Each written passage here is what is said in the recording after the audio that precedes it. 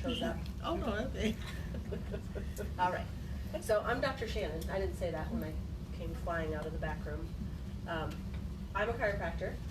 That's the doctor part of my name. So of course, as a chiropractor, I'm interested in helping people with pain in their joints, and a lot of that comes down to inflammation. But I primarily focus on a holistic approach to health, specifically using nutrition, dietary changes, herbs, all kinds of different things that help the body heal. So a more complete handling for inflammation. So there's lots of different reasons why we become inflamed and why we might be able to have difficulty overcoming that. So we're going to cover why that might be and strategies that you can use to help. So chiropractic is one of the things that I use and find successful in helping people overcome pain, osteoarthritis, any kind of joint issues like that, muscle pain, spasms. The problem is that once upon a time, you could get a chiropractic adjustment and have like these tremendous results and feel fantastic. And once upon a time isn't that long ago, a couple decades ago. But now, with the current atmosphere, so that means everything, air, inside and outside, food supply, stress. I know none of you have stress, but if you did, we'll talk about how that can be inflammatory. So all of those things combine to make it more complicated than just having your spine in line and doing some exercise. I mean, those things are great. That's important, but it's not enough. So we'll talk about how to address some of those other things, and those are what I primarily deal with on a day-to-day basis. So some of you know me because some of you I take care of, and some of you have never seen me before, and some of you got dragged here kicking and screaming by your spouse, and welcome, all of you. So inflammation is at the top of this triangle because it's what we're going to talk about tonight, but it could be any symptom that you can think of could be at the top of the triangle. So I help people with all kinds of symptoms, anything from hormone problems, hot flashes, all ages too, by the way. So I see in babies, I see digestive issues, ear infections, all the way up through people in their 90s that obviously have some pain and inflammation, fatigue, things like that. So any symptom could go at the top of the triangle. And what we're trying to address when you have a symptom is find the root cause, the underlying issue. So what I'm trying to do is find a nutritional deficiency, maybe more than one, usually more than one, that might be keeping the body from healing, keeping it inflamed, or keeping it from overcoming inflammation. So an example of a nutrient that could be missing that would cause inflammation would be a B vitamin, really good fats like fish oils, turmeric, which isn't technically a food, but an herb, but there's constituents to those types of things that help the body heal. So if you're missing any of the nutrients that the body needs to do its job, because your body's just a machine. You know, think of it like a car. It's got lots of moving parts. It needs gasoline, it needs lubricants like oil, it needs, I don't know what it needs because I'm not really a mechanic, but you understand. Like all the moving parts have to be working well in order to get you the best fuel efficiency and get you to your destination without breaking down. So that's true of your body as well. You need the right fuel, you need enough of it to get you where you're going, and you need to be overcoming, the road bumps along the way. So these different nutrients that they're missing will cause your organs to dysfunction. So if you're missing B vitamins, you can have heart problems, hormone problems, your brain might be foggy, you can definitely be tired, anxiety, depression. All of those things can be a B vitamin deficiency. But then the question is, well, how do you know if that's you, right? You watch Dr. Oz and he'll tell you, well, if you take all these 30 things, right? I'm not knocking Dr. Oz, but he's got the right intention, but the idea is what's for you, right? So the reason that we do muscle testing, or specifically something called nutrition response testing around here, is because we can zero in on exactly what each individual needs. And then we kind of cut out the confusion. You don't have to sort of guess and, try this, try that, try this, and hope for the best. So we do that to identify the exact organ that's malfunctioning, the exact nutrient that's missing, and then when we correct that, the symptoms will actually go away. The symptom is your body's way of telling you, pay attention, something's wrong, I need help, right? That's what that is. So it's a normal response to an abnormal situation. So it's good because it keeps you from further injuring yourself. Like if you, bang your arm on something, you don't necessarily want to go out and play tennis the next day, right? That's your body saying, hey, I need a little bit of time to repair, so it swells up and it gets red and it gets painful. That's good. But eventually you want that to go away. You don't want it to linger and linger and linger. Okay, Kirsten? I think we will be. That's all right. Just stand there. It'll be, I'm sure you won't have any inflammation by the end of the time. Right. Yeah. I'll fix you up. It's okay. So when we do muscle testing, and I'll demonstrate that for you in a moment, it's specifically to identify not the symptom or the disease or anything like that, but really why is it there and how do we fix it. So I'm going to give you general recommendations tonight, but know in the context of this that every individual is slightly different and you all have unique health concerns and unique needs. So that's my specialty.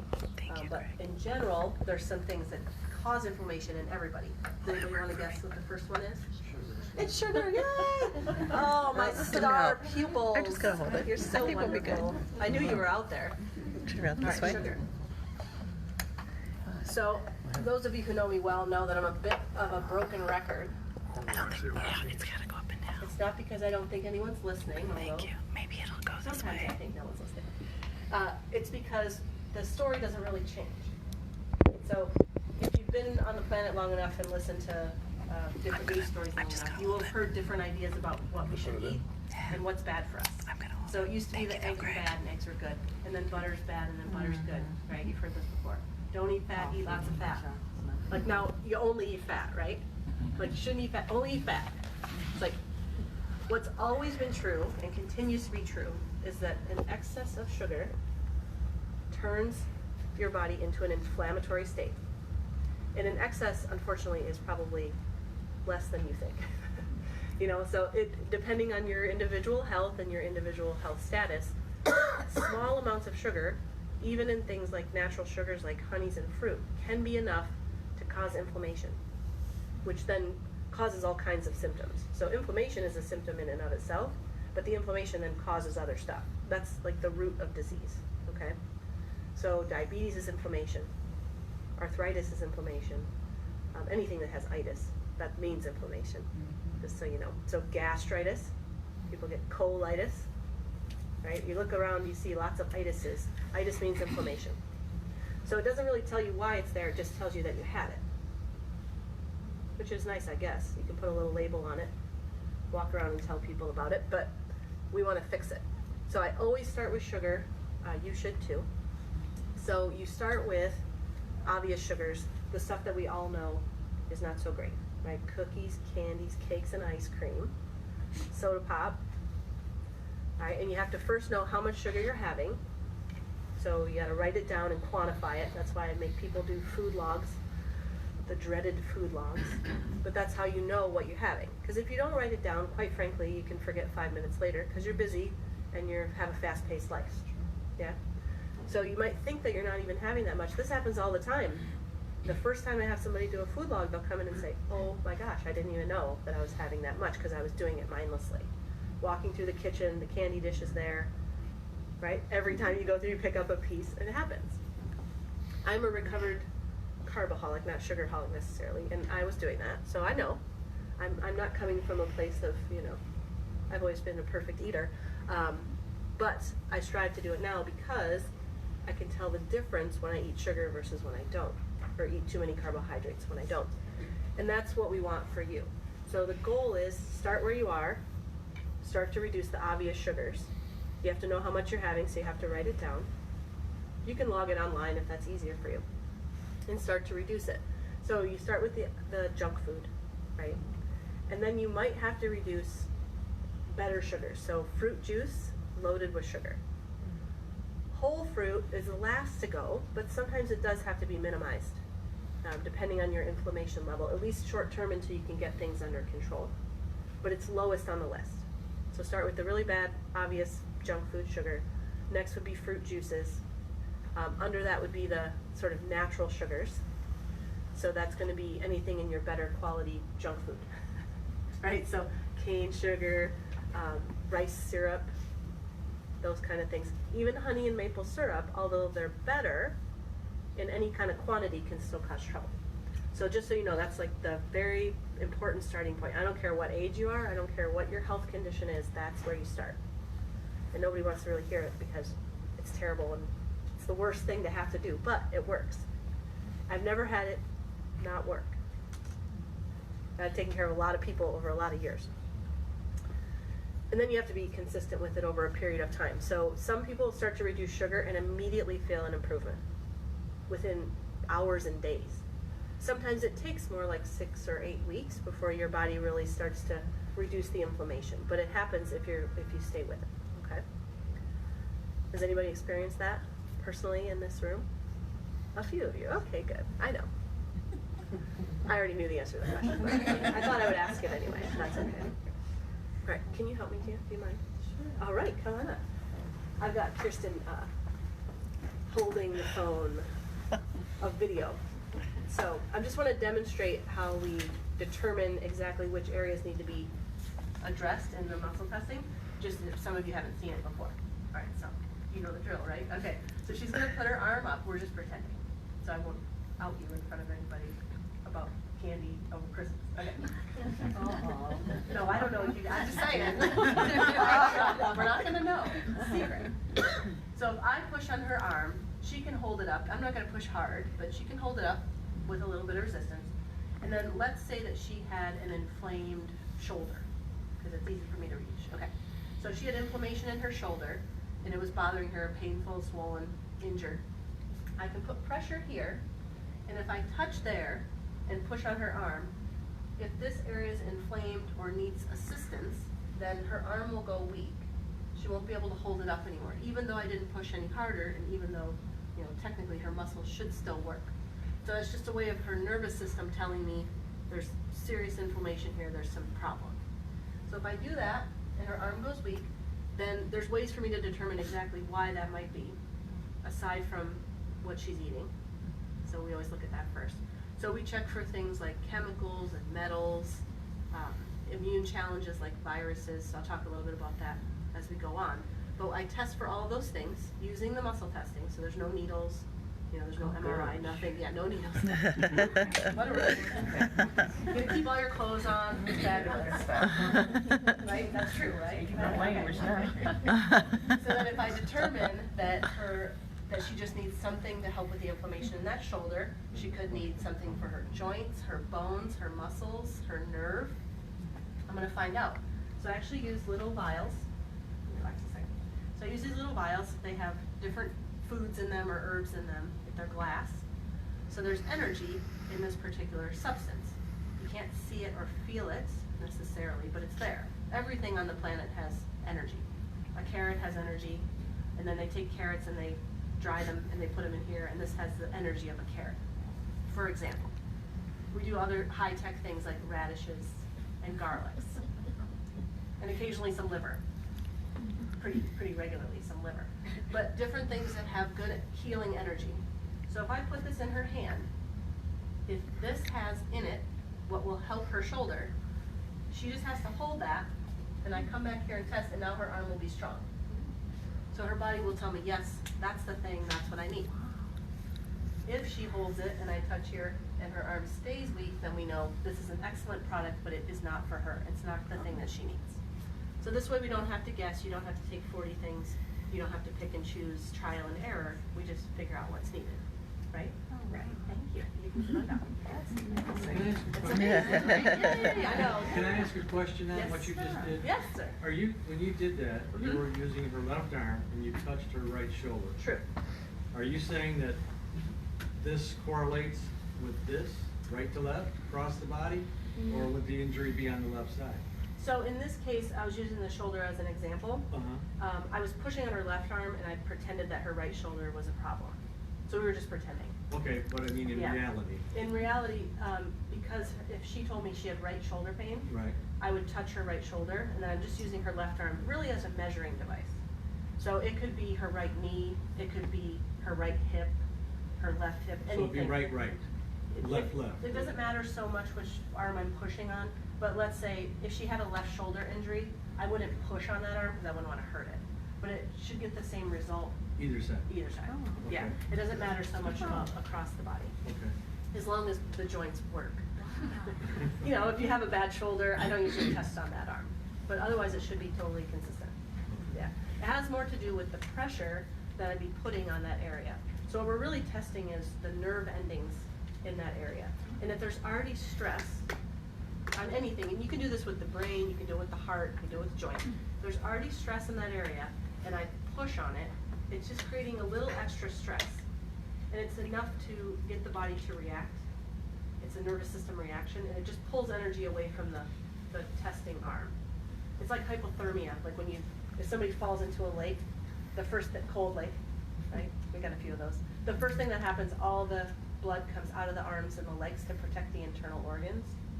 So if I'm testing someone's areas of more blood flow, or I'm testing their organs that are important, it's almost like a protective reflex. Okay, now Yeah. one more follow-up. Sure.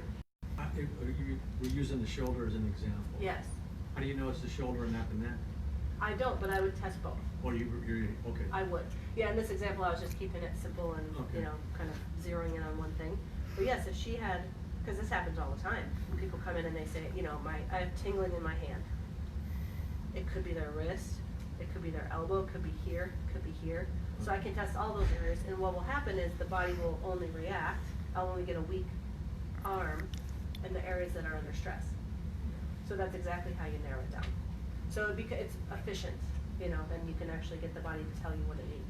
So it's just a way of communicating with the body. It looks a little bit crazy the first couple times you see it, but it works great, and it's simple and straightforward, and that's why I do it, quite frankly, because that's how we get results. So we don't have to sort of chase around different symptoms, because you can have a symptom that doesn't have anything to do with where the problem is, right?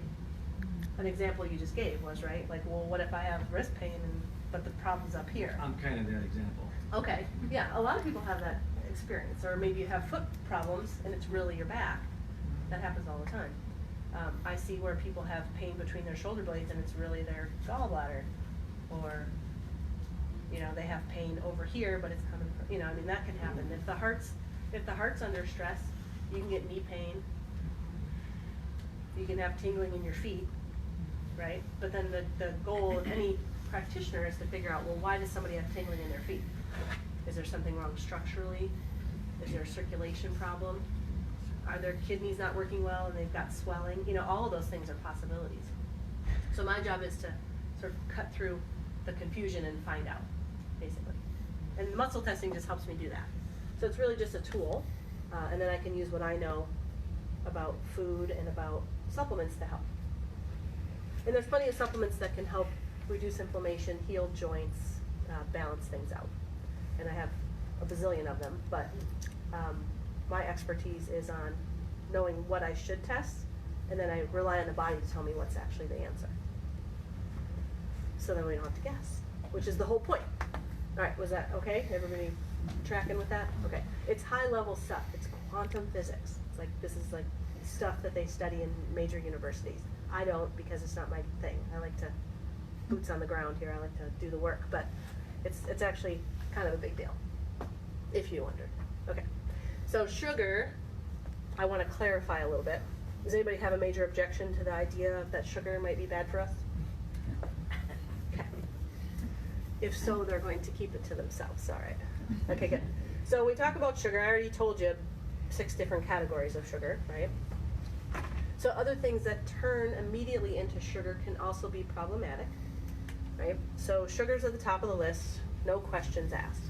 Next would be turns to sugar.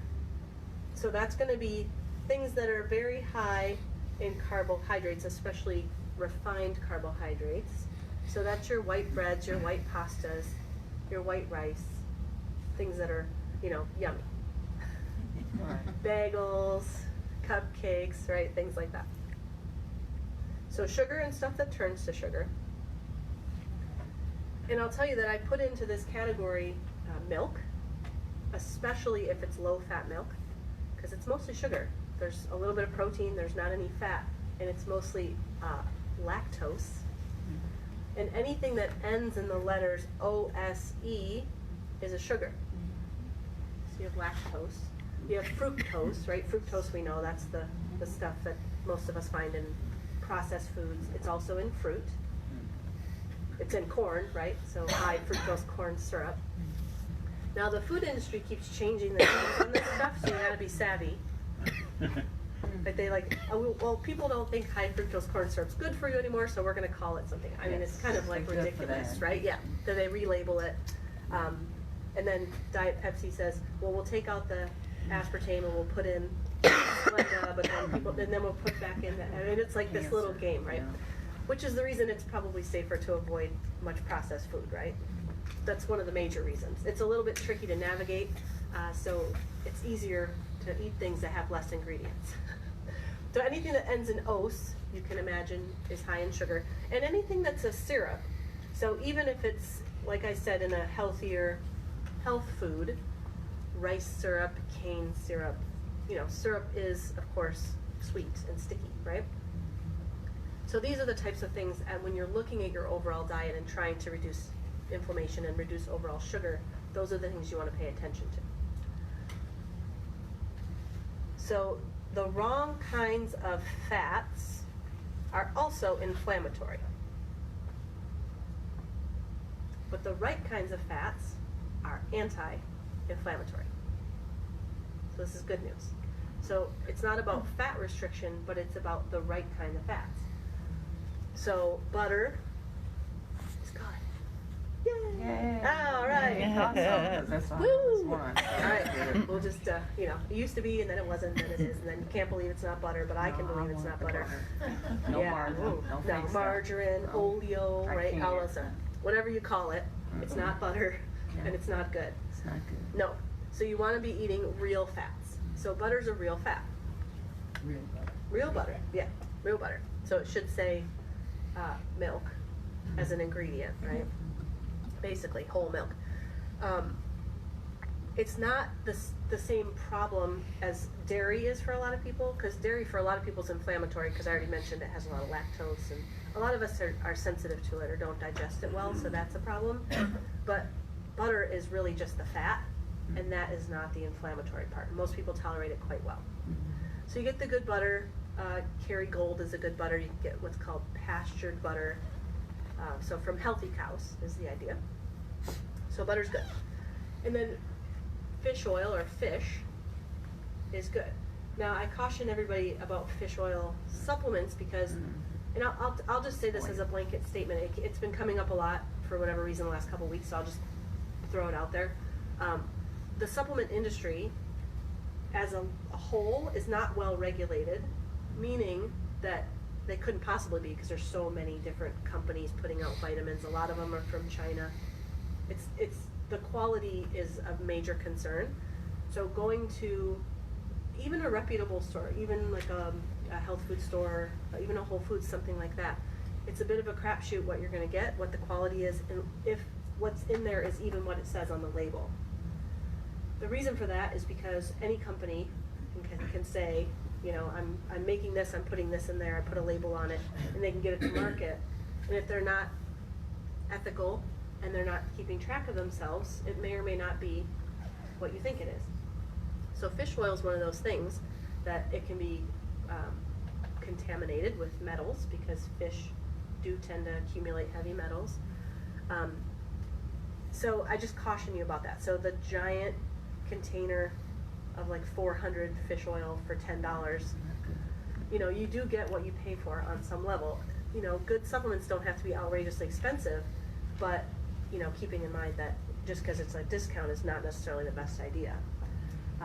So I only use a handful of different supplement companies, and the reason I use them is because most of the places I've actually been to the manufacturing plant, I actually know the people that formulate them. They're practitioners, they're clinicians, they want to help people. And I've seen where they make them and they're beautiful. It's like there's only a handful. Like I do not take anything that I don't know like where it came from, that it's high quality. That's what I give my family. That's what I recommend for my patients. And that's not to say that there aren't other things that are good besides what I have, but you have to be cautious. I don't recommend buying any supplements on Amazon because the people selling on Amazon could literally be the guy up the street who has, you know, somehow taken a box off of a truck and it's now in his garage and he's just gonna, it might be expired, it might not even be what they say it is. I've had multiple people report that to me. There's been people that have gotten really sick from buying supplements on Amazon because it's not what you think it is. So just something to be aware of. Like, they'll take the canister, don't get any ideas, it's not a good money making scheme. They'll take the canister of protein powder that Standard Process makes.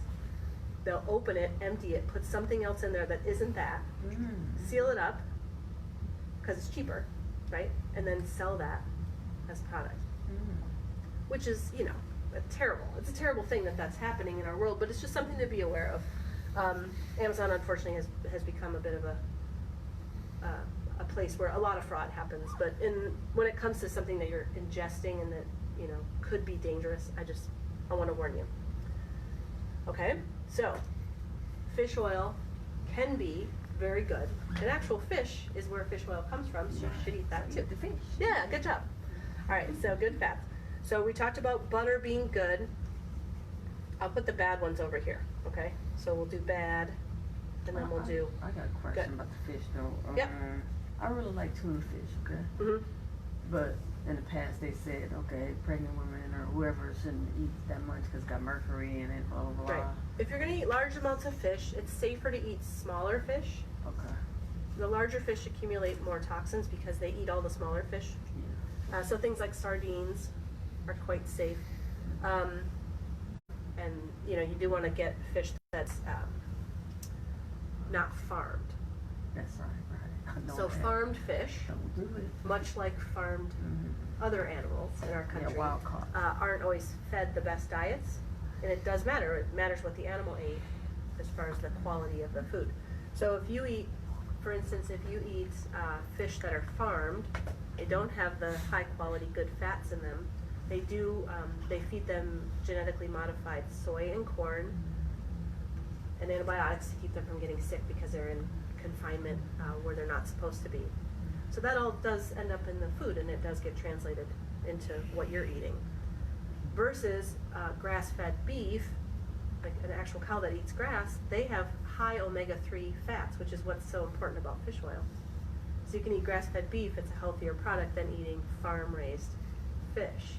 So that's a little tricky, right? Unless you know that it's true, and now you do. So good job. All right, because they do that to cows too. Cows that are factory farmed, they feed them like candy bars and, you know, crazy stuff.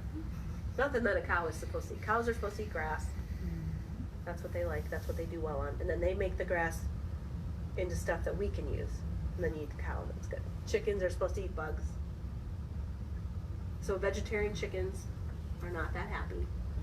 It looks nice on the label, right? I'm always like, oh, vegetarian chickens, those poor The chickens. government messes up a lot of stuff. Yeah, 'cause the of government. greed. Yes.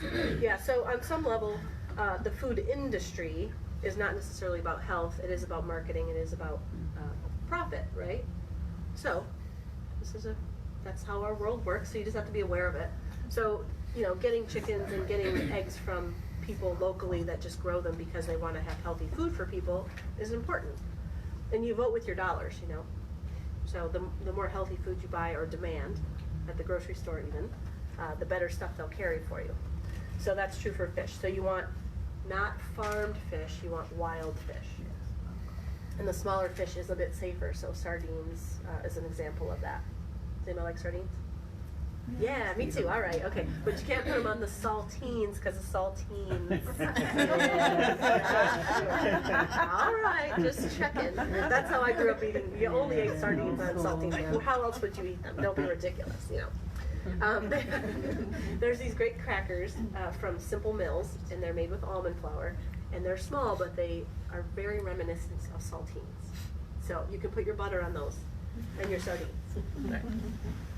So the bad fats are going to be the manufactured fats. Vegetable oils, which can come by different names. So you've got soy oil, corn oil, soybean oil, sometimes canola oil. Those are vegetable oils. Sometimes it just says vegetable oil, but any of those other ones would be a problem as well. So those are the things that are found in your margarines, or your oleos, right? And they're also found in a lot of processed foods, which is the other reason why you want to be trying to avoid too much processed food because that's where those are going to hide. So coconut oil goes over the side. Olive oil actually is good. It's true. You've got, nuts and seeds as a source of oil, either in oil form or in actual form. Now this is tricky because a lot of us have sensitivities to different nuts and seeds. These are all things that can be determined. Either, obviously, if you eat something you don't feel well, that's the first determination. But if it's confusing or you're not sure, that's one of the things that I do around here is I help people figure out, which foods are good, which foods aren't so good, so you don't have to guess. What am I missing? Butter, fish, coconut, olive, nuts, avocado. And you can buy that in oil form as well. That's a good one. Okay. Veggie oils and stuff made from veggie oils really are the major sort of bad. That's really what you want to avoid. They're very cheap. We have a lot of them because there's a lot of farmers that are incentivized to grow those types of crops. So that's why they're in the processed foods, and that's why most people think that they're healthy because they're marketed as healthy. Like the margarine was marketed, right? It's heart healthy. It's not. It's not. Tuna or tuna oil or fish oil, that's heart healthy. Butter is heart healthy. Cheerios, not heart healthy. Okay. For the record. So it's very important. So switching from the bad oils to the good oils is a huge, huge step in reducing inflammation. So that will do a lot, especially for if you're worried about inflammation in the arteries, in the heart, in the brain, and in the hormonal system. Those are the ones most sensitive to those bad fats. Okay? So the inflammation in the arteries that leads to heart disease and calcification, that's promoted by these unhealthy fats. So it's the opposite of what you've been told, and that's just marketing. I don't really have an invested interest in whether you eat margarine or butter, although I would like you to be healthier, so I'm going to say butter. That's it. Only because it works. Okay. So sugars, we talk about sugars, carbohydrates, right? And then we talk about fats. Protein, it's important to get enough protein. You have to be able to digest it. So one of the reasons why a lot of us suffer from inflammation is we can't break down the food that we're eating, and then that becomes an inflammatory process. So one indication of that would be digestive trouble. So you have heartburn, constipation, diarrhea, certain foods make you run to the bathroom. Those are indications. It's not the only thing, but those are some of the main things that you will see. If you get a headache after you eat something, if you feel tired after you eat something, those are indications that you can't break that food down. So either you're sensitive to it, or you just can't digest it and you need some help. So when it comes to proteins, we talked a little bit about this already. So things like chickens and eggs, you want to make sure ideally that they ran around and ate some bugs. And with the cows, you want them to eat grass. So you're looking at the quality of the meats, what they're fed, and whether they're sort of loaded up with hormones and antibiotics, or whether they were kind of allowed to do their thing and stay healthy in the sunshine, okay? So the high quality proteins are most easily obtained from an actual farm, and we have lots of those around here, and if you need a resource for those, I can help you. Or the markets are starting to carry higher quality foods because we're demanding it. We are demanding it, so you want to keep an eye on that too. So in order to digest protein, you need acid in your stomach. In order to digest fat, you need your gallbladder to work. All right, which a lot of us struggle with that. So if you eat fatty, greasy foods and that causes diarrhea, your gallbladder probably needs some help. If you eat protein-rich foods, like you can't eat steak because it feels like it gets stuck right here, or it causes you to have heartburn, then you need something to help break down the proteins, and that's acidic type things. A good example of that would be apple cider vinegar. A lot of people do really great by just doing a little bit of apple cider vinegar. Not everybody does great with it, but a lot of people do. All right, so that's an easy thing. Make sure it's organic, please, and it should have floaties in the bottom. That's good. That's normal. All right, so a teaspoon before a meal, you can dilute it in a little bit of water, can really help with protein digestion and overall just good digestive health. So that's a good way to reduce inflammation. And inflammation anywhere, not just in your digestive system, but it will translate to less inflammation everywhere. It's very common for people to report to me they ate something and their knee started hurting. Once they've cleaned up their diet, once they've, gotten things to a point where they're feeling pretty good, like, oops, I ate a birthday cake. Not the whole cake, hopefully. Some birthday cake, and then boom, my knee hurt, or ooh, I got a headache, or oh, my back's hurting, or my kidney, whatever. So those are inflammation anywhere. Where you have a sort of a weak spot is where you're going to find it, usually first. So if you have a tendency towards, let's say, heartburn, that's where you're going to feel it. But if you have a tendency towards, oh, my hip is sort of my indicator, that's where you're going to feel it first. But it affects the whole body. As soon as you have sugar, like actual sugar, as soon as it touches your tongue, the inflammatory process starts. You don't even have to swallow it. And it lasts for 72 hours. So if you eat sugar every 3 days, and that's not, there's some amount of inflammation. It doesn't mean you have zero necessarily all the time, but if you cross that little bit of a threshold, then you won't get out of that inflammatory cycle. And that's why I talk about doing it for some amount of time to really get the benefit. And then you'll convince yourself that it's worth it forever. Maybe. All right. All right, now there's other things that we can do to reduce inflammation. Exercise is actually one of them. So of course, if you have joint pain, that's the last thing you want to do. Yes. Okay, good. So it does not have to be strenuous. Walking is a valid form of exercise. It's a wonderful way to reduce stress and improve mood, particularly if you do it outside, but it's okay if you do it inside also. So you want to consider exercise as a tool to reduce inflammation. There's tons and tons of studies on that. It's free, technically, right? Especially if you're just walking. A trampoline, like a small trampoline where you have it in your house just to bounce, you don't have to do anything crazy vigorous, that also helps with inflammation because it gets the circulation and the lymph going in your body, and that can really help the body flush out toxins.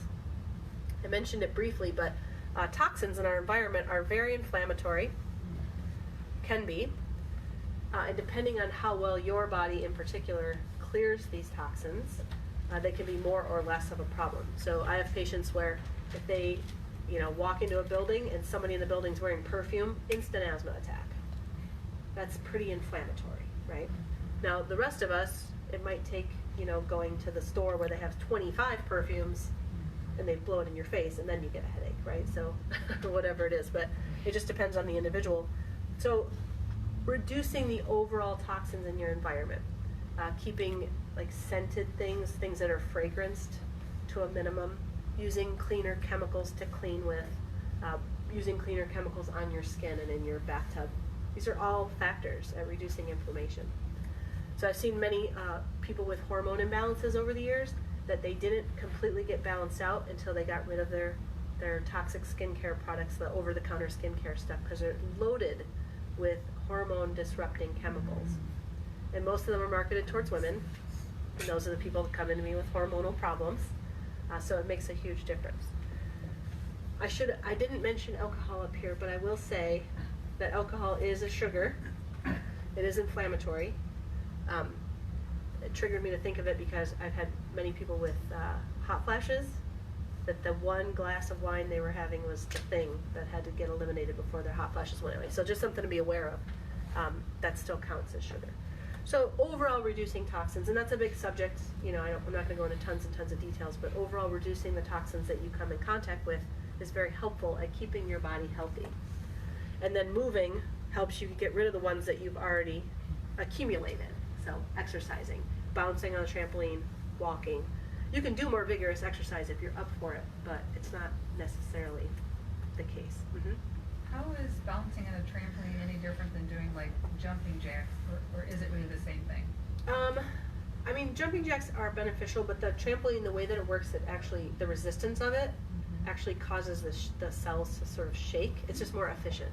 Okay. Yeah, it's a whole thing. There's actually gyms where you go and you like bounce on the trampoline. I have it's one. like I'm gonna use it more. Yeah, you gotta use it more. It's pretty easy. It's low cost. It's compact. Fits under the couch. But yeah, really good, efficient way to detox. And sweating is another one. So if you're just walking at sort of a leisurely pace, you're not necessarily going to sweat very much. So we use a sauna. That's something that we recommend. If you can get out when it's hot and sweat, or if you can exercise at a more vigorous pace, sweating is a great way to get rid of toxins and to help reduce inflammation that way. Good times. All right. And then water. So a lot of us are dehydrated because we don't quite drink enough water, or we have too much coffee and alcohol, which technically reduces the impact of the water that you do drink.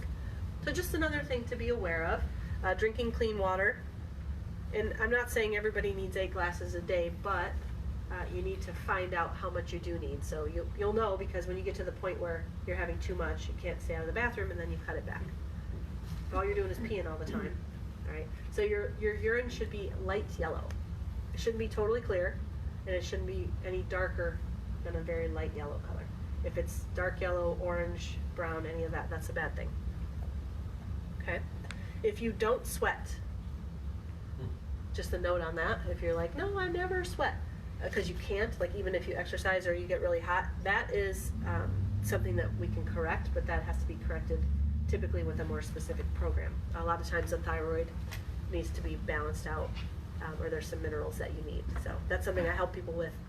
If you never get a fever, you never sweat, like your body temperature never elevates, that's actually a problem. It's good. You don't want to sweat all the time, but you want to sweat sometimes. If you work out and you did, if I work out like for 15 minutes, I stop itching. Yes. What is? It's likely a detoxification that's happening. The question is, so if she works out for more than 15 minutes, it's actually like, do you sweat? I do sweat, but Yeah. at that time I'm just. Then you have to stop because you're itchy, yeah. I'm itchy. So yeah, it has to do, so it's actually a good thing. Your circulation's opening up. Okay. You're getting rid of some toxins on your skin. So the goal there would be to incrementally increase how much you exercise as we're pushing toxins. Definitely pushing more water Okay. would be important. And then you might have to, as strange as it sounds, you might have to shower like right before you exercise. Okay. Because there might be something that's either that you're using as a product or that's accumulating from the environment that's creating that problem. But typically, it is just something where you build it up, circulation builds up, and then you do better as you flush it out. There was actually a question on Facebook before we even started about turmeric. So turmeric is anti-inflammatory. Definitely I recommend it. I'll talk a little bit about what to look for and the quality in that in a moment. But the question was someone who took turmeric and it helped with inflammation, but it made their skin itchy. In that case, it probably is more of, it could be detox, but it probably is an actual sort of sensitivity to the herb. It's a possibility. It's possible that anybody can be sensitive to anything. You know, so people, like they go to their doctor and they say, I think I'm sensitive to, you know, today I had somebody who's sensitive to spinach. Like, that's what we found. She can't have spinach. If she has spinach, she has pain. If she doesn't have spinach, she doesn't have pain. So why is that? I don't know. Because her body doesn't like spinach. Maybe it will someday. But, you know, the truth is, like, that doesn't surprise me because it's just bodies do what they do. And the goal is just to figure them out as best we can. So you can have a reaction to turmeric. You can have a reaction to nuts. You can have a reaction to, you know, chicken. Some people can't eat chicken because that particular protein is an allergen for them. So it's really a matter of figuring it out. And that's what my answer to the turmeric question is. If somebody gets itchy from anything, it could be detox, but it's likely an actual sensitivity. And it's been reported. I looked in my very special herbal book, and it was in there.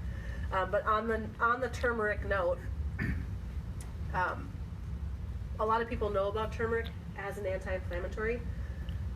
This is another one where we have to be really careful about the source of it.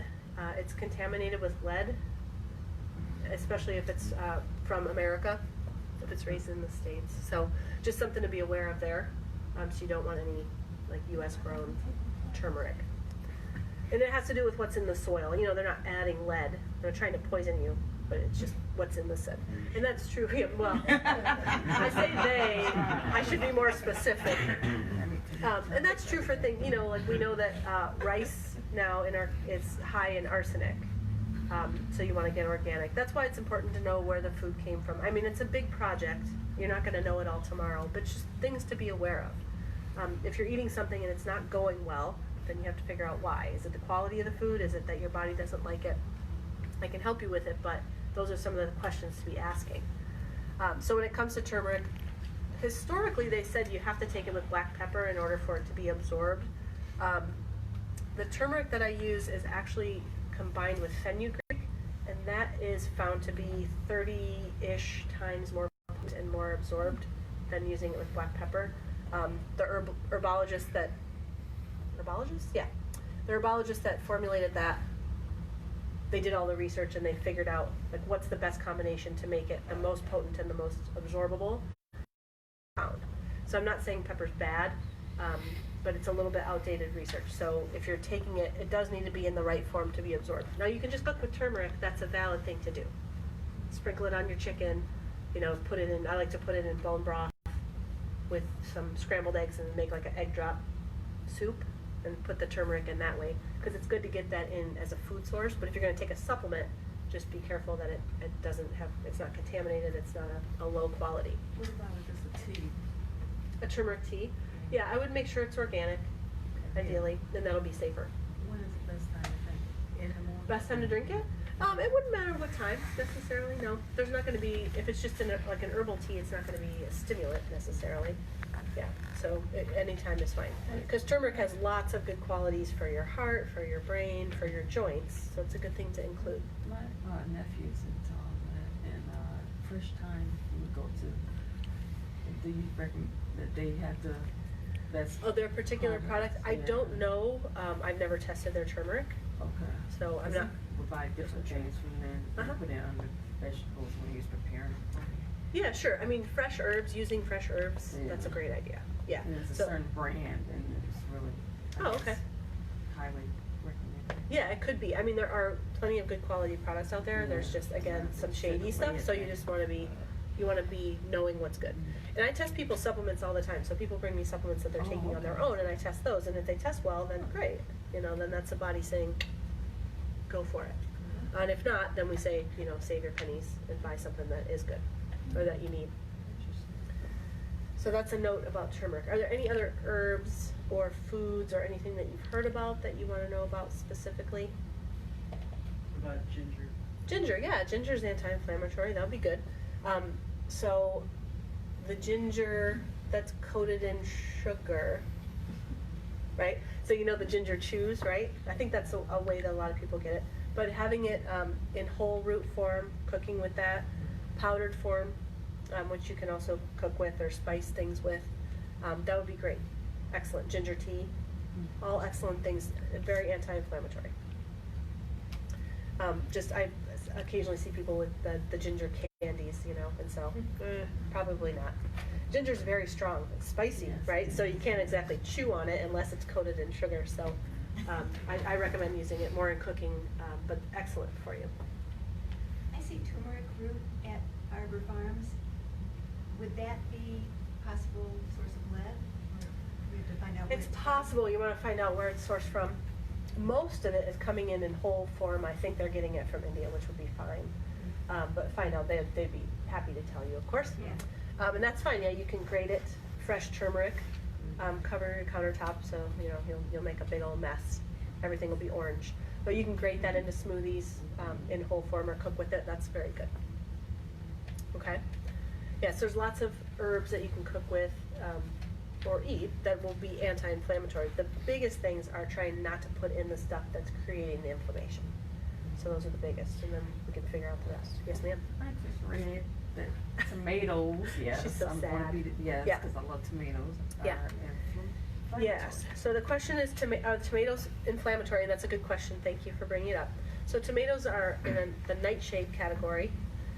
So nightshades and certain vegetables are inflammatory, and especially if you already have an existing joint problem. Tomatoes, peppers, like bell peppers, eggplant. Tobacco's in the category, but you don't eat that, so, you know, and we already know the smoking's not good, so duh, right? But yeah, tomatoes can cause a lot of joint pain. For some people, it's not for everyone. But that's an example of something where if you've already cleaned out the sugar, if you've already cleaned out you know, if you're really doing a good job, you like get down to like, well, what now? Then you look at, yeah, the nightshades. Has all that in it. Yeah, peppers, right, so salsa, not the best option, right, it's got all those Killer things. spaghetti. Ah, yeah. Yes, so you can make, there's actually recipes, just to help you out, we're almost done. There's something called an Autoimmune Protocol, it's a special diet, and it's anti-inflammatory to help people with autoimmune problems, but any kind of ongoing inflammation. And so what you'll see about that diet, if you ever looked it up, would be, it doesn't have sugar, it doesn't have the bad fats, it does, you know, it's the same things I'm talking about, but it has alternatives to things like tomato sauce that you can make with non-inflammatory foods. So you can actually make tomato sauce that doesn't have tomatoes in it. I know. What are you talking about? You can make ketchup that doesn't have tomatoes in it. When they do that. It's a thing, but it's good. It's actually good. So there's an option in the short term. I used to watch a show like that. It's a Canadian show, and the lady just like she made a poo and all that. She's like, "Put your leg on the stool," and she was bones. I mean, it was like I forgot what it's called, but it was interesting because she turned the whole family against the sugar and everything, and they eating healthy, but. It was like. But you didn't like her story about the spaghetti sauce. I understand, 100%. I understand. Yeah. So some of the foods that we, you know, tend to eat on a regular basis certainly can be inflammatory, and anything that you as an individual are sensitive to can be inflammatory. So you have to keep that in mind too. So these are sort of the general categories, but you know, I do have plenty of people that can't eat tomatoes, garlic, even onions. I mean, you know, little bits and pieces of food that have to be figured out. So our health is a journey, not a destination, keeping that in mind. So the goal is to always just do a little bit better, learn a little bit more, implement a little bit more, and you'll get incremental improvement. So the goal is to not get worse. First, don't get worse, and then start to improve. And it's a process, you know. I mean, I've been at this for a decade and a half, you know, and there's still things where I eat it and I think, oh, that wasn't probably the best, you know, I have to like go back and reassess, okay, what's different today? Weather doesn't help. And it depends, yeah, it depends on the time of year, it depends on what's in the environment, it depends on how stressed you are. Stress is a thing, you know, we're all under stress, it's normal, it's actually good, because who wants to sit at home bored and not worry about anything, right? And that's not life, really. Life is a little bit stressful, but when stress starts to break us down, overwhelm us, when we start to get symptoms from it, then that's where it becomes a problem. So, okay, was this helpful? Yes, yes, sir. Food allergies. Yeah. Compared to regular allergies. Mm-hmm. When you have regular allergies, they give you allergy shots. True. Which is what you're allergic to. Right. Okay, to build up your immune system to fight that allergy. Yeah. Wouldn't the same be true with food? So food allergies, so when you use the word allergy. I'm trying to figure out what that difference is. Yeah, I understand. So food allergies, when you're talking about somebody like who eats peanuts and can't breathe, Right. that would be an allergy. There are some, they're investigating and they're playing around a little bit with something like an allergy shot to introduce small amounts of the food. So it's not enough to create an allergic reaction, but to stimulate the immune system. It's in the, much more so than environmental allergy shots. My experience with that type of thing, even environmental allergies, is something in the body is out of balance. You know, there's some reason why you're overreacting to things in your environment, and that can actually be improved upon by different support. So whether it's your adrenal glands or your liver, there's different things that we do. But I have great success with people with environmental allergies, sometimes getting rid of them completely, certainly reducing the symptoms. So the medical approach would be what you're talking about. Mm-hmm. They don't do it as much with foods, but they're starting to. Most of what I see and most of what you experience are food sensitivities. So it's not an allergic response. It's not as if you put it in and you get hives or you can't breathe or it's really obvious, but it's more of a low grade irritation, inflammation, and the symptoms are coming from that even if you don't connect them to what you're eating. So that's more what I'm talking about. So the body tolerates it, but not well. Yeah, it tolerates it, but there's a threshold.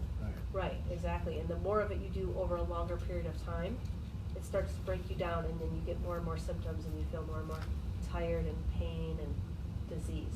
So that's where you have to start to undo it. And that can be completely undone and reversed and not something that has to be continued. Allergies are a bit different. because that's a major overreaction. Yes, I ma'am. was just curious as to how that would work. Yeah, it's a good question, yeah. Yes, ma'am. Would chromium add chromium to your diet conflict is feeling like you have to have something sugar? Chromium, like the mineral chromium, it can help. So there's definitely different things that can help with sugar addiction, sugar cravings, things like that. There's some B vitamins that I use that help with that. Inositol is one of them. Gymnema is an herb that can help. Chromium is something that can help. Again, it's just on an individual basis what's actually needed. A lot of times, slowly reducing the sugar and making sure you're getting plenty of fat and protein will be enough to get the sugar cravings under control. It takes a little bit. And a lot of times you have to, we just talked about this with a couple people today, sometimes when you're reducing the sugar and cutting back on the carbs, you'll feel more hungry and you'll crave, you know. So that's where you have to make sure you're eating a little more frequently, maybe more food. So you might want to eat, you know, 1 egg at breakfast might not be enough. You might have to have 3 to get you through if you're not going to have the toast and the baked good with it. So it's okay to do that, to eat more of the good foods to get you through. And eventually that'll even out. Once you're on a lower carb diet, your appetite goes down, your cravings go down, you're more even.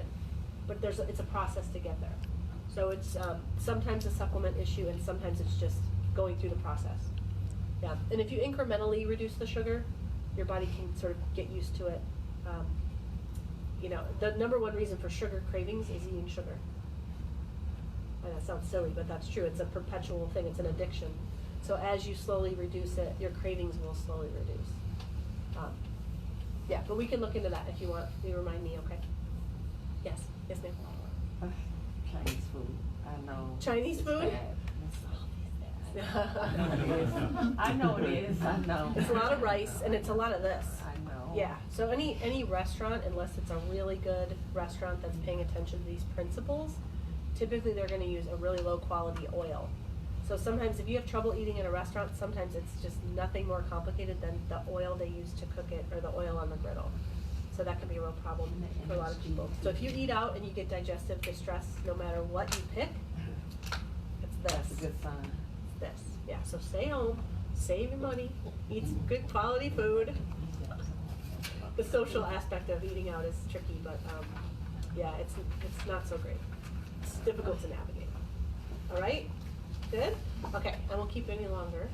It's getting colder by the minute, so thank you so much for your attention tonight. I really appreciate it. If you have further questions, I'll stick around. I'm happy to answer them on a one-on-one basis. If you want more information about what we do here in the office, I'm happy to help you with that. And otherwise, travel safely. Thanks for your attention. Thank you. Good night. Yeah, you're welcome.